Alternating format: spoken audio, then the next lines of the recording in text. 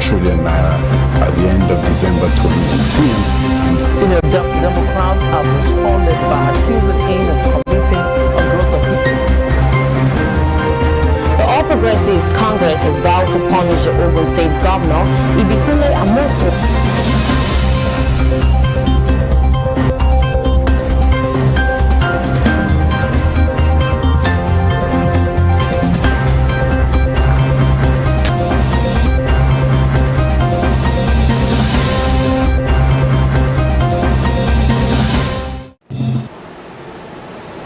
Welcome to Celebration Television News Desk. My name is Bellis Quetta. Thanks for joining us on the news. And today the news making the headlines. Reps present draft police reform bill at public dialogue. Burkina Faso ready for Sunday's presidential election. U.S. election, Trump campaign seeks partial recount in Wisconsin. Google to integrate bank accounts in payment app. And on sports news, Italy reached Nations League finals. Stay with us as the details of the news comes after this short break.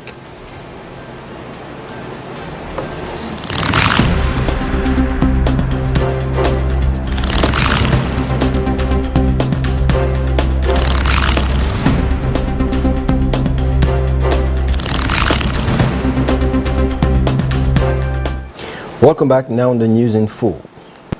Reps present draft police reform bill at public dialogue. The House of Representatives presented a draft copy of the Police Service Commission bill, which proposes creation of the state's offices for the commission to take public complaints and investigate allegations against men of the Nigerian police force. The House is also proposing that special units of the NPF to be created by the Inspector General of Police are scrutinized and approved by the PSC. The Commission, which is expected to have more stakeholders in its board, will also be empowered to set up panels to investigate policemen and recommend them for sanctions or prosecution. A draft of the Police Service Commission Reform Bill 2020 was presented at the Public Policy Dialogue Series organized by the House Committee on Implementation and Monitoring of the Legislative Agenda in Abuja. And according to the House, the draft is to allow critical stakeholders to be involved in the preparation of the bill ahead of its presentation. At the event where the Speaker, Femi Gbajabiamila, Majority Leader Alassane Ado Doguwa, Minority Leader Ndudu Elumelu, Chairman of the House Committee on Police Affairs Usman Kumo, and Chairman of the House Committee on Judiciary Onofiok Luke, the DIG, speaking for the IGP, urged the House to allow the NPF, the Nigerian Police Force, to study the draft bill and make inputs. And moving forward, Gbajabiamila seeks UN partnership on electoral reforms and others. The Speaker of the House of the Representatives, Femi Gbajabiamila, met with the Deputy Secretary General of the United Nations, Amina Mohammed, where they discussed issues and explored partnership in critical areas.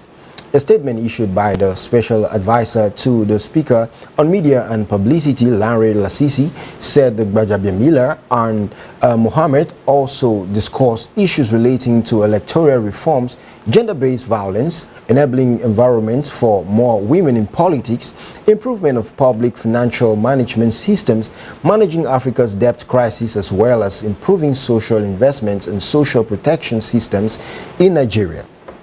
And the Speaker said that he looked forward to working with the Office of the United Nations Deputy Secretary General and the United Nations Residence Coordinator in taking things forward. The discussion concluded with an agreement to explore partnership in helping to deliver impact in the state's areas, particularly through specific legislative interventions, which reflects the priorities of Nigerians according to the statement. And present at the meetings were a resident coordinator of the United Nations in Nigeria, Mr. Williams Kalon, the Special Advisor to the DSG, Hadiza Elayo, Special Assistant to the Resident Coordinator, Fred Eno, and the Special Advisor to the Speaker on International and Inter-Parliamentary Affairs, Mr. Dakpo Oyewole. And in another development, Makinde inaugurates Motakun and confidence on state police. Governor Sheyi Makinde inaugurated the Oyo State Security Network Agency, codenamed Amotekun, warning them against harassment, extortion, and other vices. And speaking at the passing out parade of the corps in Oyo Town, the governor, who said the Amotekun Corps would work with the Nigerian police force, added that the security outfit established to fight kidnappers, cultists, and those destroying the means of livelihood of others. The governor expressed the hope that someday there would be support at the federal level for the review of the constitution needed for the establishment of state police. He said the first batch of 1,500 Amotekun Corps will be deployed in all the wards in the state so that residents at every nook and cranny of the state would feel their impact. Makinde said the Western Nigerian Security Network, codenamed Amotekun, is an independent outfit, and members will answer to the state government, but they would work with the federal security agencies. And present at the event were Secretary to the state government, Mrs. Olubamiwo Adeosun, Chief of Staff, Chief BC Ilaka, former Oyo Central District Senator, Mrs. Monsurat Sumonu, and the Deputy Speaker of the Oyo State House of Assembly, Abiodun Fadeyi. And on news coming from around Africa, Burkina Faso ready for Sunday's presidential election. The walls of Burkina Faso's capital, Ouagadougou, are smothered in posters as more than a dozen rivals try to win over voters ahead of Sunday's general elections. But one color, that's orange, dominates. It's the campaign colors of the president, Roch-Marc Christian Kabore, who is running for a second term, defying criticism of his failure to blunt a jihadist insurgency. Kabore, who is age 63, is the big favorite in Sunday's presidential election. His supporters are hoping for an outright victory in the first round, obviating the need for a runoff vote. But in the West African countries, the most open elections in years, Kabore faces a stiff challenge from Zéphirine Diabré, the runner-up in 2015's election, and Edi Kombiogo, standing for the party of former President Blaise Compaoré, who was ousted in a popular uprising in 2014. Burkina Faso's security crisis has dominated the campaign. Kabore has relied on the military to fight the threat, but some are now saying that dialogue with the jihadists should be explored. And located in the heart of the Sahel, the impoverished country of some 20 million people is in its fifth year of a crisis that has claimed more than 1,200 lives and forced 1 million people from their homes. But Kabore's supporters say that he has a long-term plan for combating the jihadists, and now is not the time to rock the boat. And still from around Africa, Zambia declared in the default of debts repayment to creditors. After failing to make an interest payment on the Eurobond, which was due on Friday, making it Africa's first economy to default during the coronavirus pandemic, Zambia's central bank governor, Christopher Mvanga, said from Lusaka that the debt-ridden country last week could have paid $42.5 million towards its Eurobond liabilities. Mvunga said the finance minister, Blayangandu, was engaging all creditors to negotiate the rescheduling of debt repayments. The government in September requested a 6-month deferral on interest payment for 3 commercial Eurobonds worth $3 billion. However, it misses the $40 million interest payment due on one bond on October 14, which prompted ratings agencies S&P to declare the country in default. And the grace period, which ended on Friday, was for payments on a $750 million Euro bond due to expire in 2022. And in spite of having the African continent's second largest copper deposits, Zambia's external debt has surged to nearly $12 billion this year. I will go on a short break right now. When we come back, we get news from the United States of America and still on the topic of the U.S. elections. Stay with us.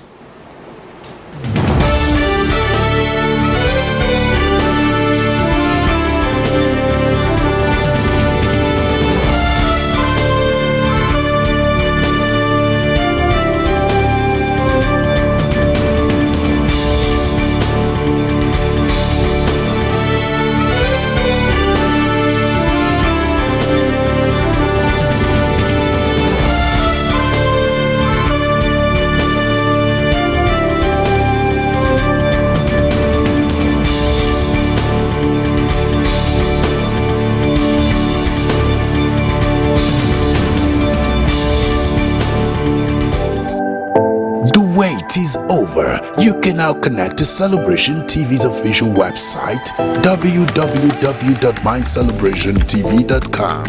Specially designed for your satisfaction, you get to access a lineup of inclusive contents and programs of Celebration TV. Get the latest updates and news stories from our news desk. Be kept abreast on infos about all outreaches and events of the Restoration Apostle Johnson and Dr. Lizzie Suleiman. Watch Celebration TV on the go via our 24/7 live streaming service. With all these and more, we make your partnership with us as we take the gospel around the world way easier with just a click. Hurry now. Visit www.mycelebrationtv.com.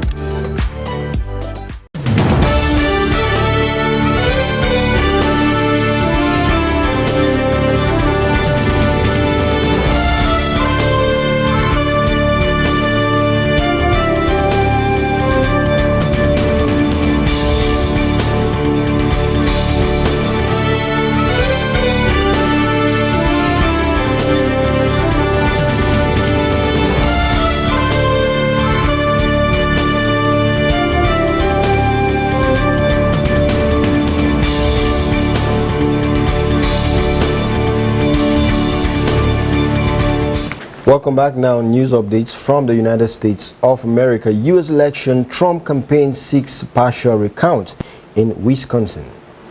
President Donald Trump is to seek a partial recount of votes in the state of Wisconsin, which his rival Joe Biden is projected to win by 20,000 votes. Hours before a Wednesday deadline, the Trump campaign said it wanted a recount in the counties of Milwaukee and Dane, alleging irregularities. Mr. Trump has been making claims of fraud and refusing to initiate a handover. Mr. Biden says delaying the transition will damage the U.S. pandemic response. The Trump campaign has filed a flurry of lawsuits contesting the result in key states, although election officials say there is no evidence of widespread irregularities. And despite the lack of proof, up to half of Republican voters believe the president's claim that the election was rigged against him. President-elect Biden, a Democrat, is projected to have won the popular votes by more than 5.6 million ballots. That's 3.6% points. In the U.S. Electoral College system that decides the presidency, he has 306 votes to Mr. Trump's 232 votes. And the president would have the overturned results in at least 3 states to win the election, which analysts say would be unprecedented.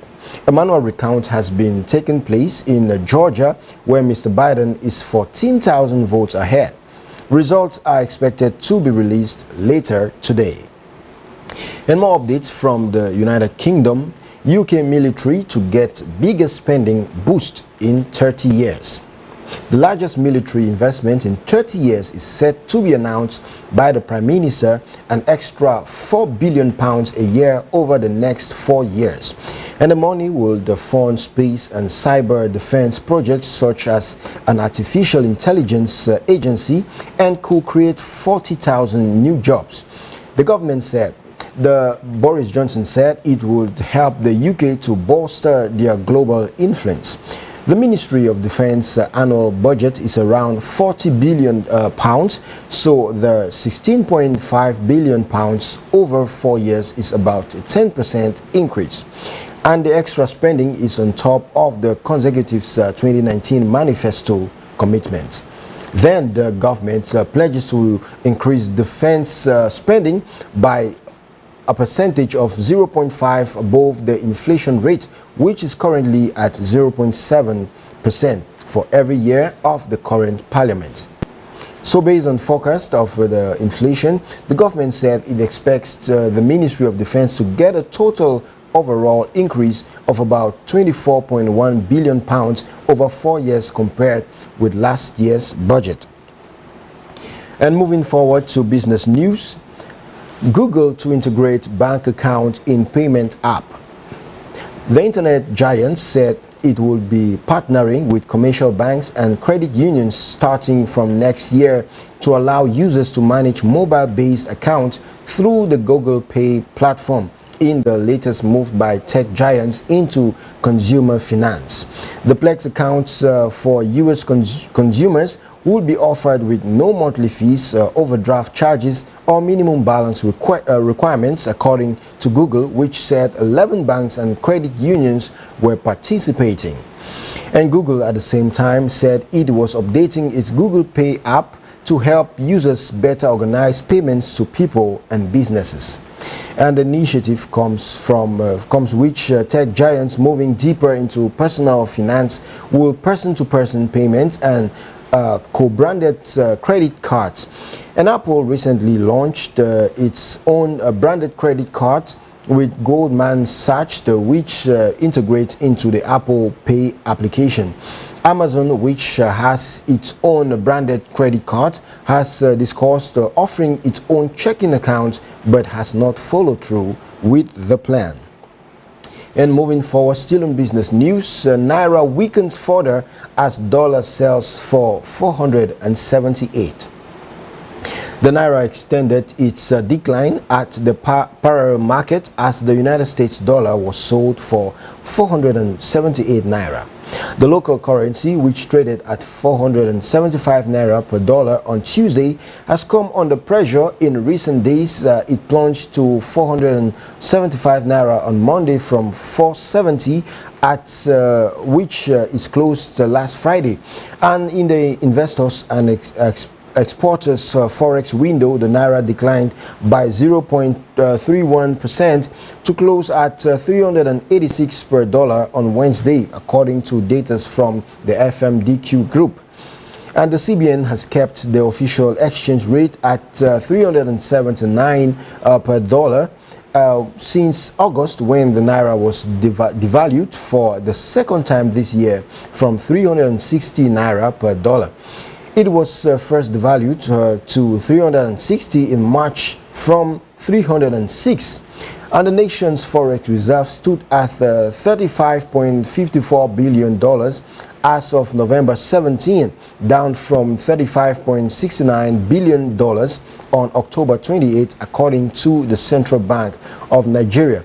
And the Managing Director, Chief Executive Officer, Financial Derivative Companies Limited, Mr. Bismarck Rawane, he said in a telephone interview that the CBN would do the needful to stop the naira from depreciating further. And furthermore, economists noted that the dollar had fallen against other currencies.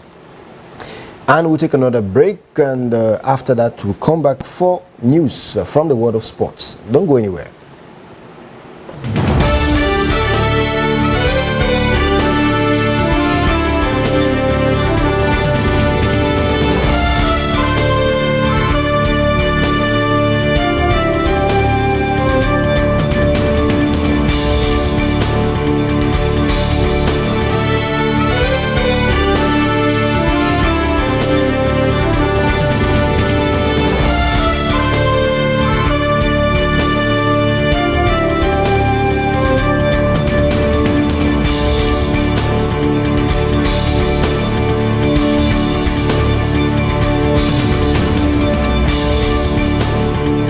For the next expectations of a creator waited for the manifestations of the sons of God.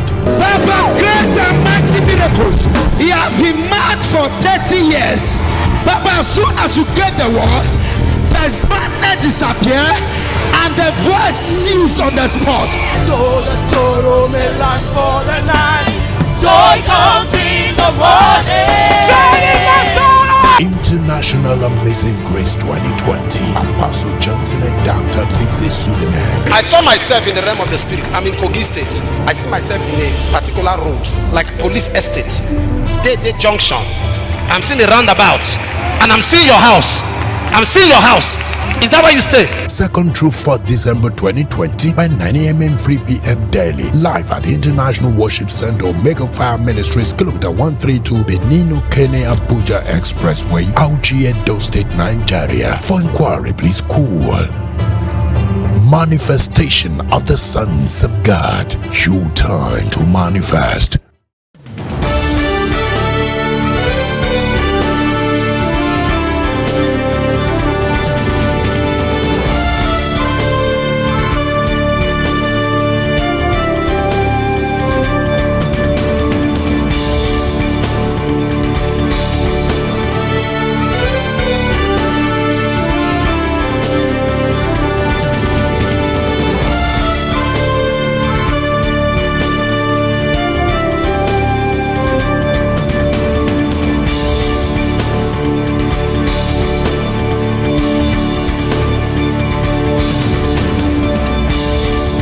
Welcome back. Now on sports news. Italy reached Nations League finals. Roberto Mancini hailed an extraordinary performance as Italy brushed aside injury and the coronavirus woes to reach next year's Nations League finals with a 2-0 win over Bosnia and Herzegovina in Sarajevo. Andrea Bellotti volleyed in Lorenzo Insigne crossed after 22 minutes with Domenico Berardi adding a second on 68 minutes to ensure the Azzurri finished top on the League A Group 1. And Italy beat Poland 2-0 on Sunday and finished off the job against the already relegated Bosnians, extending their unbeaten run to 22 matches. The young Italian side proved solid despite the absence of players including Leonardo Bonucci, Giorgio Chiellini, Marco Verratti, Ciro Immobile and Federico Chiesa. The Italians dominated with Berardi starting in place of Juventus forward Federico Bernardeschi in the only change from the Poland game. And in another sports news, CAF President Ahmad faced new ethics investigation. The president of the Confederation of African Football, Ahmad, and another top officials face questions about revision to a multi-million-dollar television deal. FIFA ethics investigators have asked the top soccer official in Africa to explain why he agreed to revise a television contract in a way that appeared to benefit a commercial partner over his own organization, the latest ethical concern for a governing body that was subject to direct FIFA oversight as recent as February. And the official, Ahmad, the president of the Confederation of African Football, and FIFA Vice President and Constance Omari, CAF's powerful vice presidents, have been asked by FIFA to provide details about the amendments to the television contract with the marketing company Legarde Sports.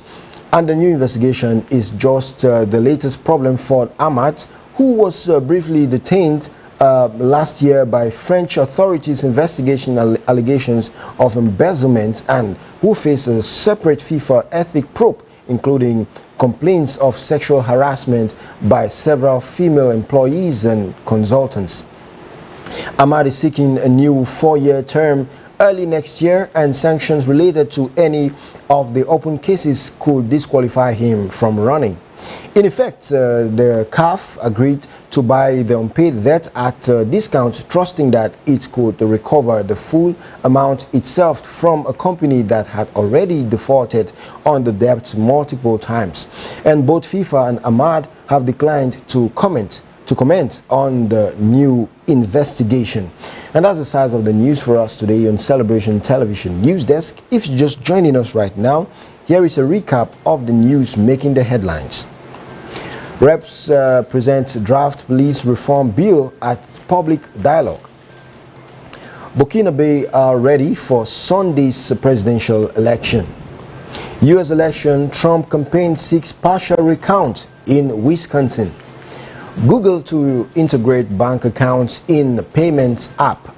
And Italy reach Nations League finals.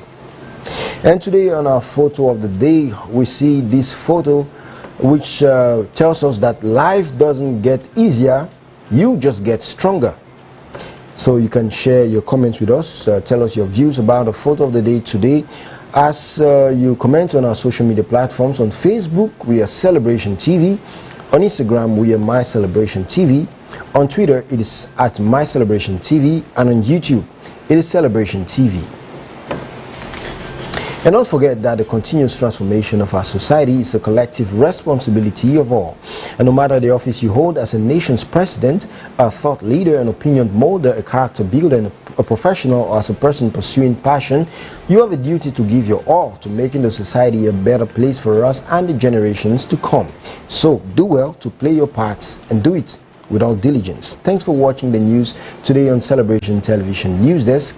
I am Belly Squatter. Have a nice day.